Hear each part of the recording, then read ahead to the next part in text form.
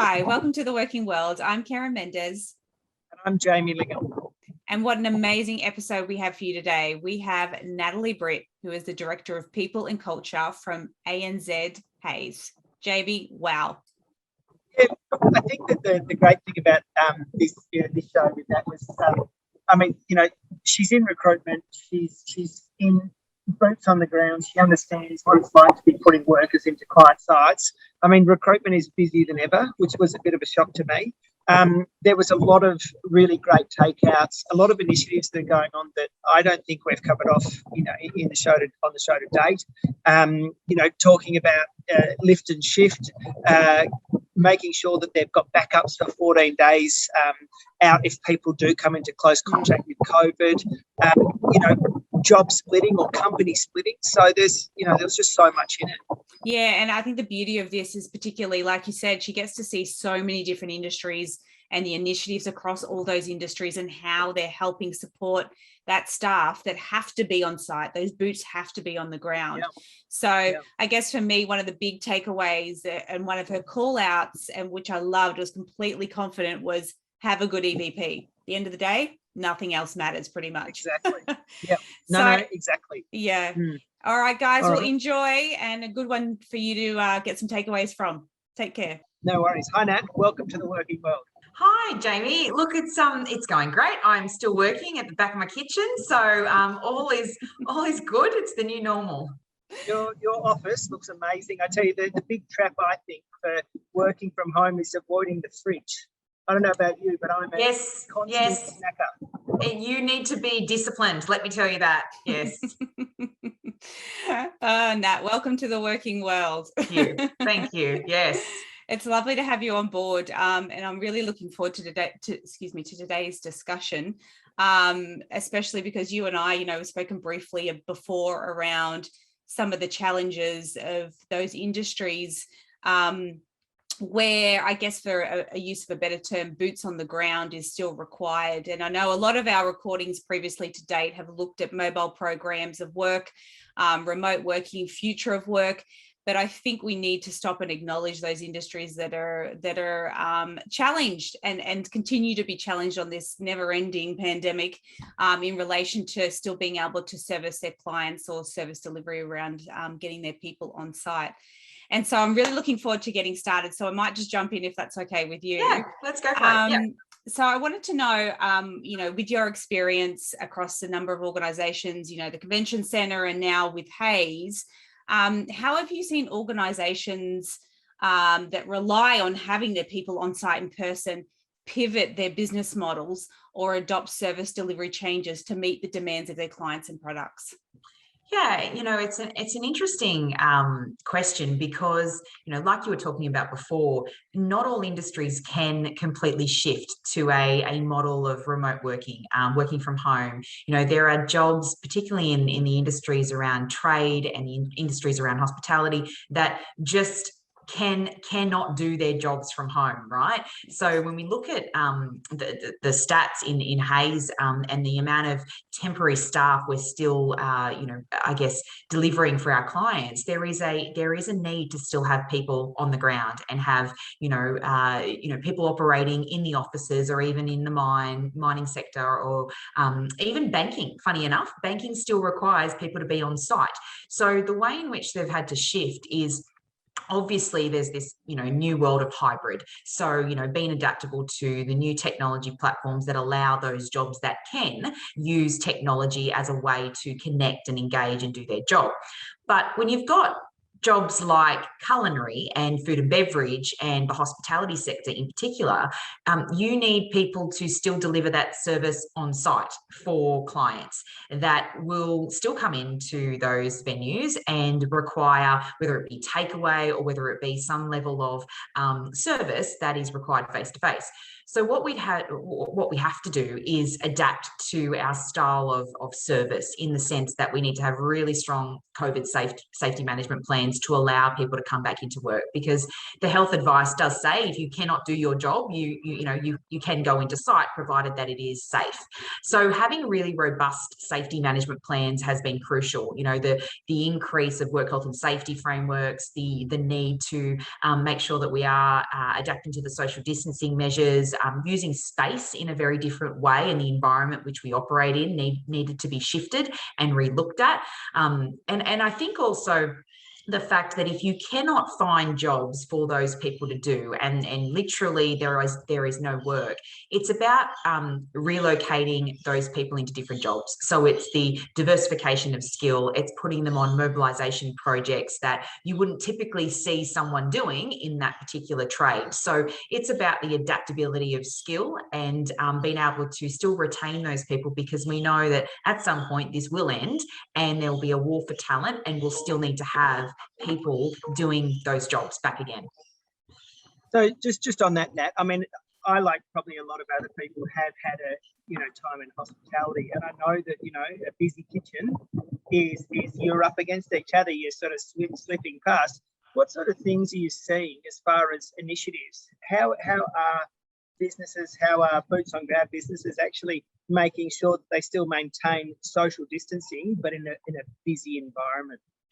Yeah, so I think you've got to have the shift in operational hours. So that's obviously had to change quite a bit around how many people you have in the office at one given time. So there's no more rigid, you start at work at 8:30 and you finish at 5:30. There's had to be an allowance to have a span of hours change, and the opportunity for people to come in at certain times to ensure that the volume and the capacity of your rooms or your space is confined to a smaller group. So that means, having to go back to the client and saying, look, we can't do it at this time. We're going to have to do it between these hours because we can only allocate X amount of staff for that particular event or that venue. So it's about being, again, flexible to the hours in which we operate, but even travel. So, being very open to the fact that travel times need to shift, and, your nominated start date or start time might need to be delayed or might need to be pushed back. So it's just about having those upfront discussions with your clients to say that there needs to be some differing hours to allocate. Look, I think also it's about being smarter and using that hybrid model. So, having a portion of your workforce being able to, like yourself, work remotely, use technology as a way to still remain engaged and connected to the job that you're doing. But for those people that can't, being able to prioritise those people to be in the office and knowing the critical roles that must be on site or must be out to conduct their work. So, there's a lot of emphasis on, if you can't accommodate and you can't change the hours, or you can't allow enough space for people to operate in, then you have to stick to the testing component and the encouragement of vaccination. So, particularly in the mines, the use of that stronger language around encouragement of getting double vaccinated as quick as possible, feeling like you are safe and supported whilst being on site is absolutely critical, because there is still work that needs to be done, and projects are being delayed, pushed back, and that has a much larger impact on clients and business that needs to be conducted. Yeah, I guess that one of the main themes I kind of hear about that is those protocols work really well when you're able to control the environment, right? And it's a static environment where your people come in and out and you have protocols around it. My mind went to around, and it came up when you said mining, around those fly in, fly out workers. Yep. There's a component of travel, which is outside of the control of the organisation or the employer. I wondered whether and that takes its toll on individuals kind of being exposed to those more fluid situations and then moving into a structured organisation, be on site. And I wonder whether you had seen some support initiatives that maybe have been put in place, maybe across, for example, the mining sector, where they have to continue to send their mobile staff through that kind of fly in, fly out routine during the pandemic.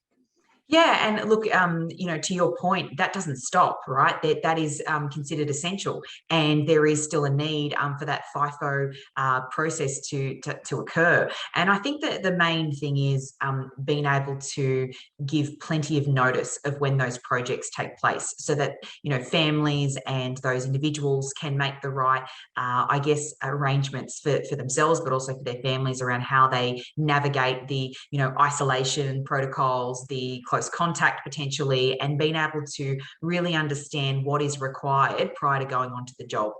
Because once they're on the job, they can't turn back, and they have to be there, and they have to follow the processes and the procedures. So it's having those upfront discussions a lot earlier on in the piece about acknowledging that these are the extra steps and the measures that you need to take. You need to allow X amount of time to set yourself up for success. And I think it's about, acknowledging the fact that there is still that element of fear, right? So not everyone wants to travel. People still are worried, even if they've got their first vaccination. We see, cases where people still are attracting the virus after one dose of vaccination. So it's about really applying the principle of being reasonable and being fair. And if people feel still uncomfortable, it's about showing what safety measures you have in place to make sure that work is still being able to carry out for that client, but also knowing that not everyone's going to support that, and not everyone's going to want to do that. So it's about retaining them in some way, letting them take some leave, using different options to retain them, because as I said, this period will end, and we'll need to have those staff on the ground ready to go.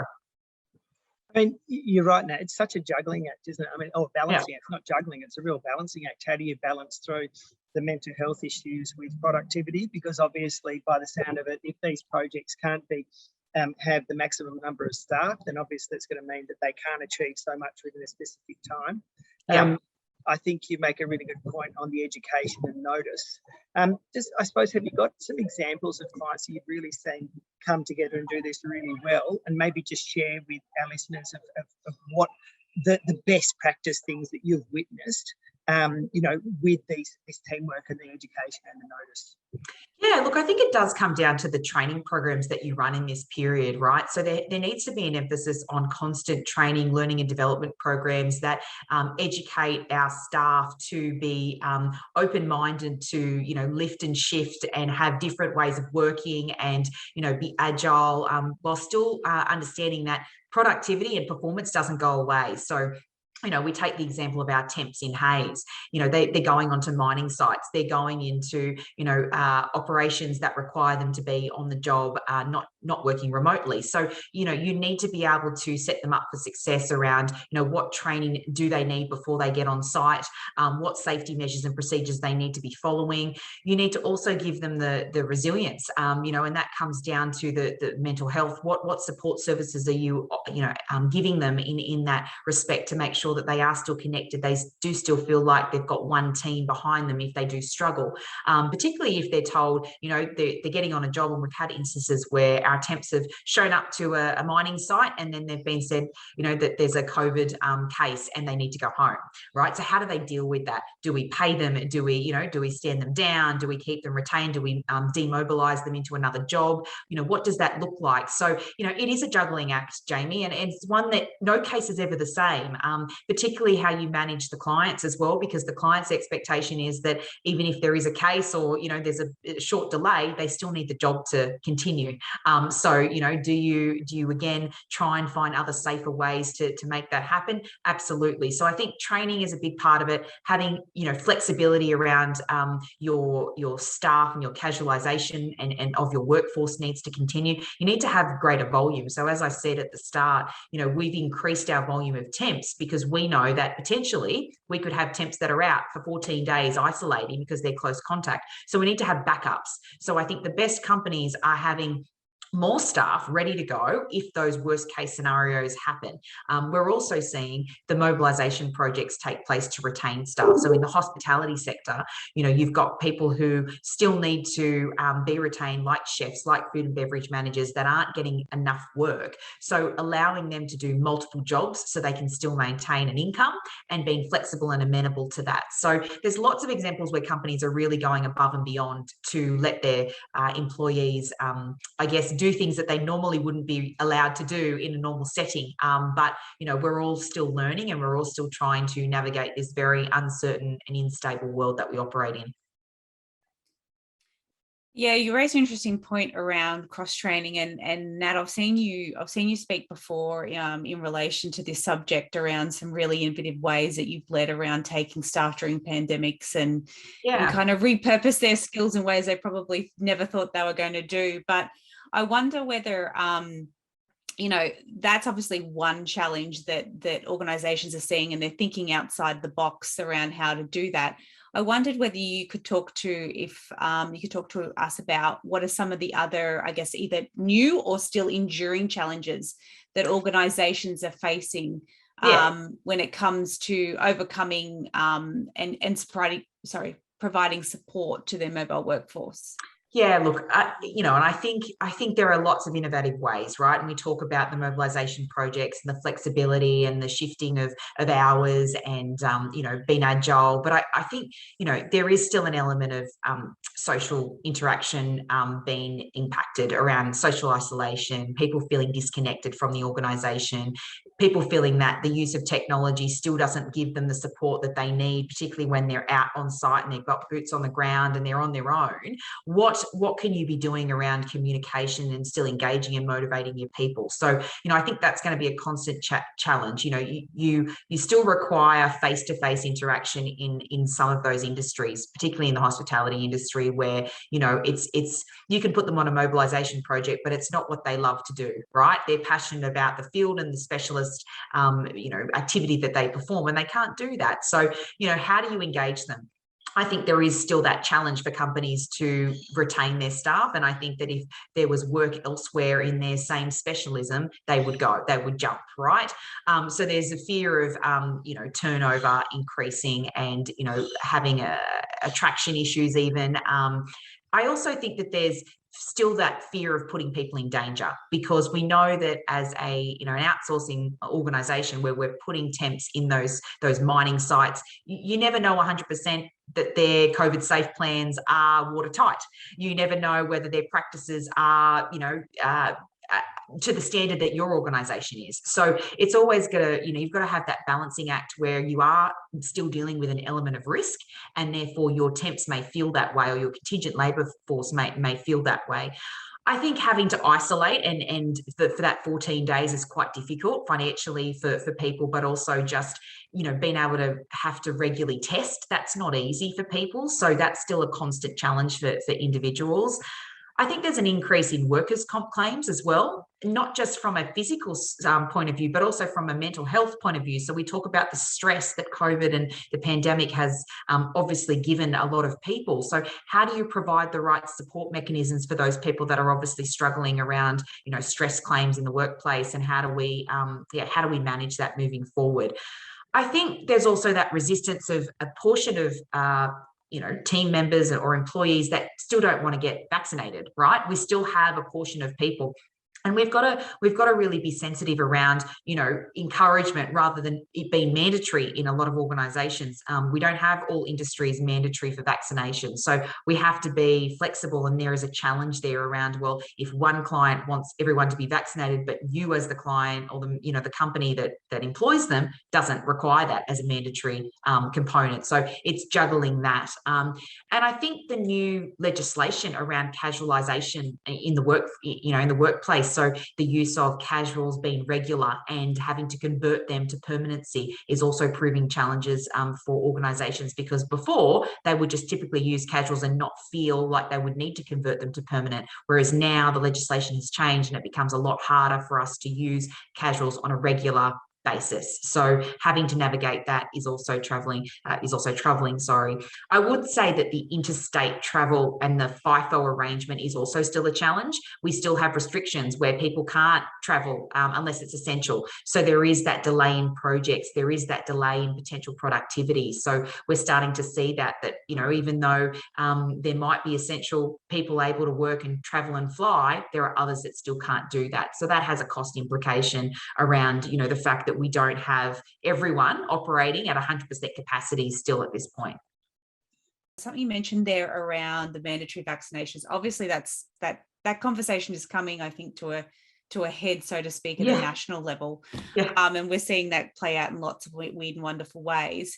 I wondered whether you are getting a sense at this stage across, you know, the multitude of sectors that you're seeing, Yep. whether you have a sense of there's going to be a mass evacuation of one particular sector, or people are going to say, look, you know, as much as I love hospitality, I just can't do it anymore if they're going to make me get vaccinated. Are you Yep. getting a sense for any particular Oh, industry in that way? absolutely. And you know, let's take the hairdressing industry, for example. We've seen a lot of hairdressers become resistant and say, if we are not going to be hairdressers anymore if they force us to be vaccinated. We don't want that. We don't want to be vaccinated. So there is a fine line around, you know, industries that have not been told that it's mandatory. So obviously when you've got aged care is one, and community services, we do see a lot of our temps, particularly the younger generation, if I be honest, are saying, well, we've got to get out of community services because we're not willing to get vaccinated. So there is a little bit of resistance there, and organisations like the community, the aged care sector, you know, the healthcare sector are still getting resistance, and there is a you know, retention and an attraction issue, and we need to be very mindful of that unless it is mandated by the health authorities, then you know, you're going to get some people that decide to opt out and try different industries. Yeah, which and it was about something you were speaking about earlier as well. I mean, you take that, and that then collides with a skill shortage already. I mean, you're talking, I think, about prior to this conversation, you were talking about chefs, and being a war on talent. So, you know, if you take the kind of the vaccination mandatory piece, then you take a skill shortage in one particular thing. I mean, that just spells disaster in my mind from a talent perspective. So even worse, add to that, you also don't have the overseas travellers, who are a huge portion of our market for, you know, for the hospitality industry. So they can't get back into the country. There's no visa workers that we're able to utilize, and they are, you know, so skilled in that area. So you've got the mobility issues where people can't travel, you've got the issues around people resistant to vaccination, and then you've got the war for talent because there is a shortage in the market of skill. So you've got those three things to compete with. So you've got to have a pretty good EVP as an organisation to attract that talent that's so scarce in the market right now. It's a challenge. Also throwing the fact that there's only 3,500 people let into Australia currently every week. So therefore, there's just not. I mean, we had over 100,000 backpackers leave. We had 150,000 students leave. But a lot of them were I suppose the fibre of the hospitality industry. So that's all gone. And then to replenish our stocks, we've still got 35,000 Australians caught overseas. As you said before, temporary visa can't go. But this is. I was going to say it's the perfect storm.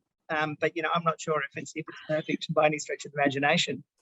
Yeah, no, you're right, and you know, we're seeing that there is such an appetite for organisations to still recruit in this space. I mean, we are busier than ever. We have got more people knocking on our doors saying we need to find talent and we need it now, and everyone is in that same boat. So you know, we're having to work completely in overdrive and very stressful period to try and find the right candidates, and they might not be the best candidates. You know, we've got to settle at this point because we need bodies on the ground to do the work and to be productive, because performance will start to drop from both sides. On sorry, Jamie. No, go ahead, Jamie. I was just going to say one thing we've spoken a fair bit about during this pandemic is burnout, and that's one thing I think that I'm quite interested to get your thoughts. And as you said, you know, there's so many people. You're working like crazy. The hospitality is working like crazy. How do you think that you know, mobility managers can really address burnout, particularly in labour-intensive roles? Yeah, look, I think it's a challenge for the mobile workforce, right? And obviously you've got to review the first step is to review your mobility policies and procedures, right? And to, as I said, allow that flexible and adaptable I guess, provision in there that you will have changing circumstances beyond your control.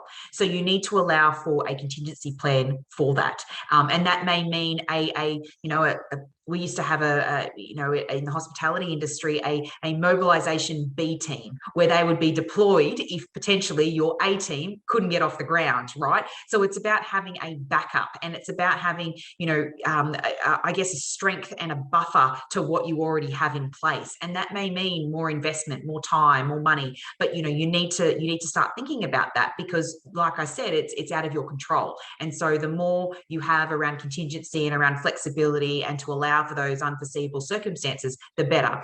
I think you need to do a local source of your talent. So you need to review the talent you've got. You need to understand what retention strategies you have in place as an organisation.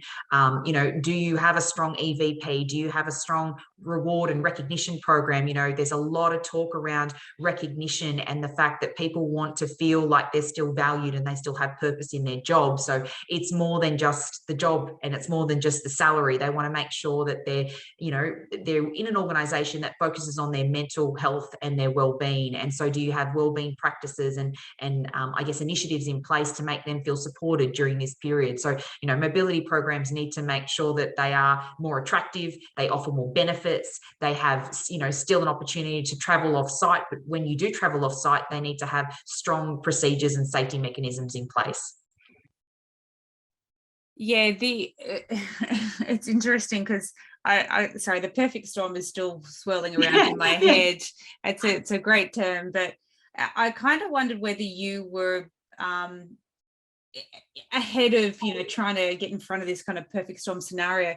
Are you seeing organizations cotton on to that's coming, and then therefore has there been a change or shift in approach to perhaps taking the jobs to the talent? And I guess I mean that in an offshore perspective, because obviously if we don't have the local talent here, and I know from a boots on the ground perspective that doesn't necessarily apply, but is there a shift in thinking and business strategy that you're seeing around taking that work and essentially offshoring it and going to the boots on the ground rather than bringing them in? It's so interesting that you say that, right? Because I was just having a conversation the other day at one portion of our business who, we deal with banking. And as you know, a lot of our banking sector does offshore, right? Contact centers. And those contact centers are in India. Now, when India needs to shut down, those contact centers cannot operate, right? And so we have some challenges there. So what we're seeing actually in Australia at the moment and New Zealand is that we're having to find local talent to fill those jobs and not use the offshoring industry. So we're not able to use India contact centers. We're having to deploy people locally on the ground to deal with those issues. So the backup plan is local.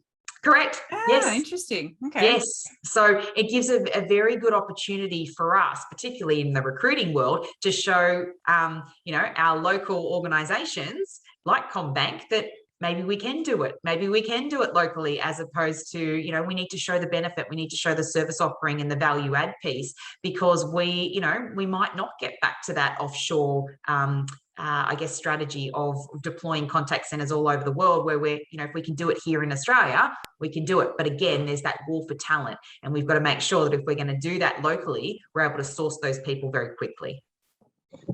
Manufacturing, that's a classic example, right? Like that's had a resurgence through COVID, because obviously a lot of the stuff that isn't getting manufactured overseas is enjoying a local resurgence, which, I think is great. But I think that mathematically, the numbers versus the jobs, that's the real challenge, isn't it? Yeah.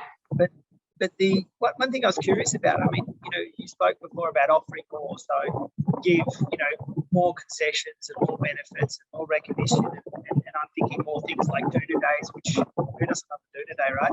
Yeah. But do you think that once we can tap into overseas people, or we can start to capitalise on the training that we've been investing locally over the last sort of year and a half or 2 years, do you think that will change? Do you think people say, okay, that was our tough time, we all sort of got it together, you got concessions because of it? Do you think they will slowly sort of slip back to where we were prior to COVID?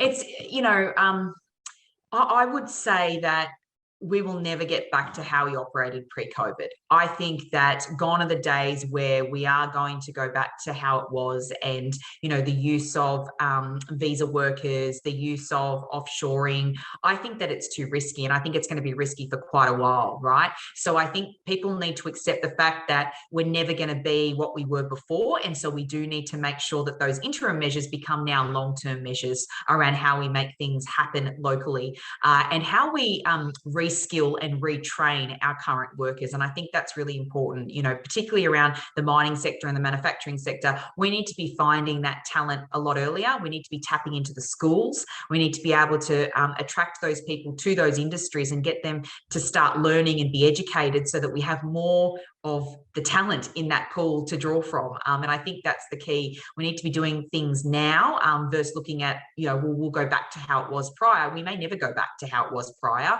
And so we need to find other strategies to retrain, to find new talent, to look at our future leaders of business and try and accelerate their learning and their growth.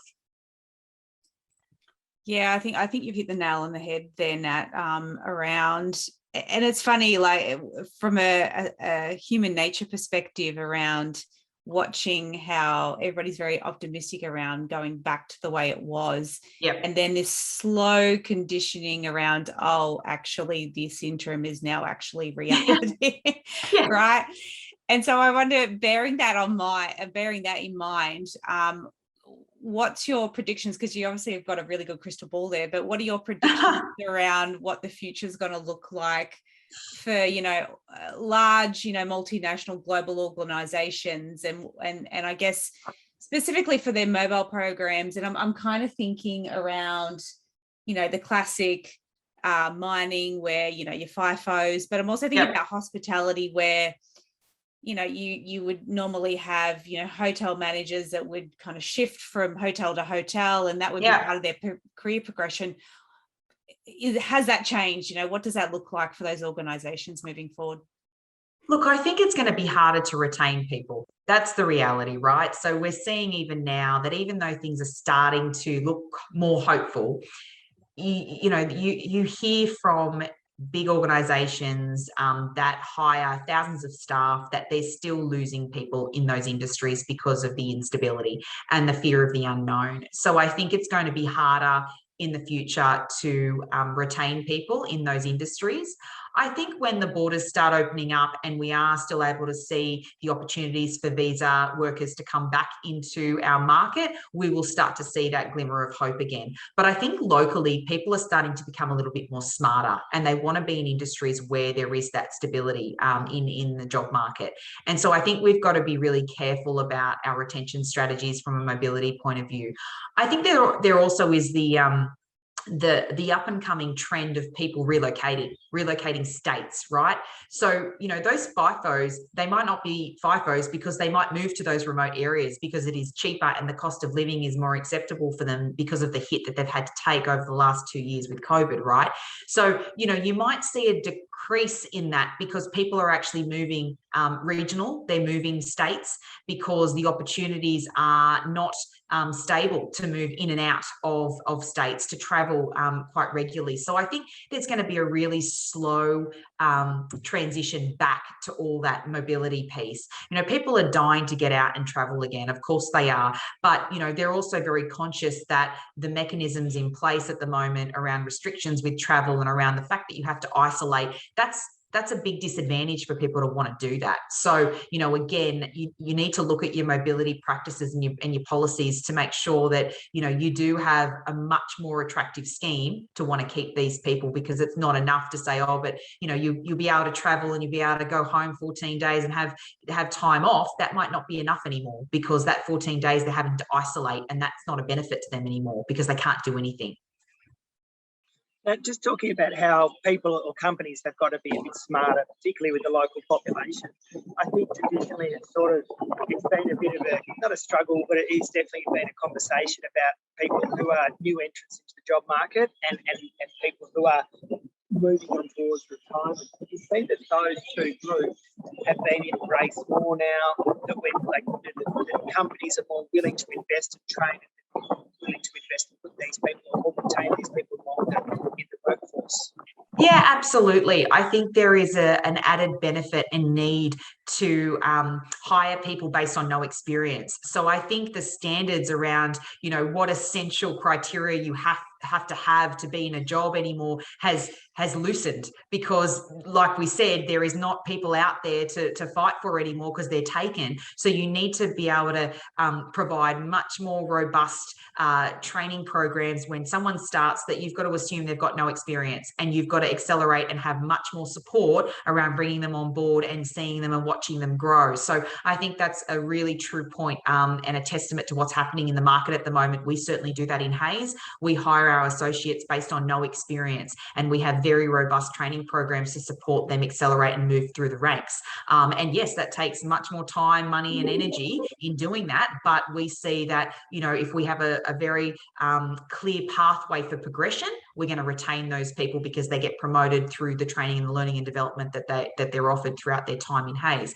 I think the issue for the mining sector and the manufacturing sector and the hospitality sector is that you are seeing that aging workforce where people have been in the organisations for 20, 30 years and they're wanting to retire. However, they can't afford to do that anymore. So how do you retrain that aging workforce in the world of technology? There's got to be a lot of different ways of working that we allow our people, particularly in that age bracket, to be skilled in the area of technology and mobility in itself, because they would have never thought of doing those skills and those different ways of working prior to COVID. So it is rethinking and relooking at that age bracket and having tailored leadership and management training to that cohort, because you certainly don't want to lose them. But it's also about flexibility. So what I would say is, the use of job share, the use of part-time work, the use of, having a more flexible, agile workforce is needed. So, you might not have to settle for full-timers anymore. You might have to just be okay with the fact that you're going to have people on a temporary contract or in a job share arrangement, and you're going to have to accept that that's just the way of work now, that aging workforce will transition out eventually, and they might do their last 3 or 5 years in a part-time or a job share capacity. Well, Nat, I think in maybe a year or two, we're going to need to get you back on and see if some of those predictions that you called out have come to fruition, because exactly, the crystal ball at work. Yeah, exactly. That some of the things you've mentioned have blown my mind, and you've definitely given me a lot to think about. Thank you so much for your time today. It's been a real pleasure speaking with you, and I know Jamie has taken away a few terms that he will undoubtedly be using moving forward. Was it lift and shift? Absolutely. Or shift and lift? Lift and shift. I love the lift and shift. Yeah. I think, as Karen said, I think that, I said it also in the first, sort of 10 minutes of the call. Yeah, my head's spinning because there's so many different areas I didn't think about, particularly when you are putting individuals on client sites, boots on the ground type thing.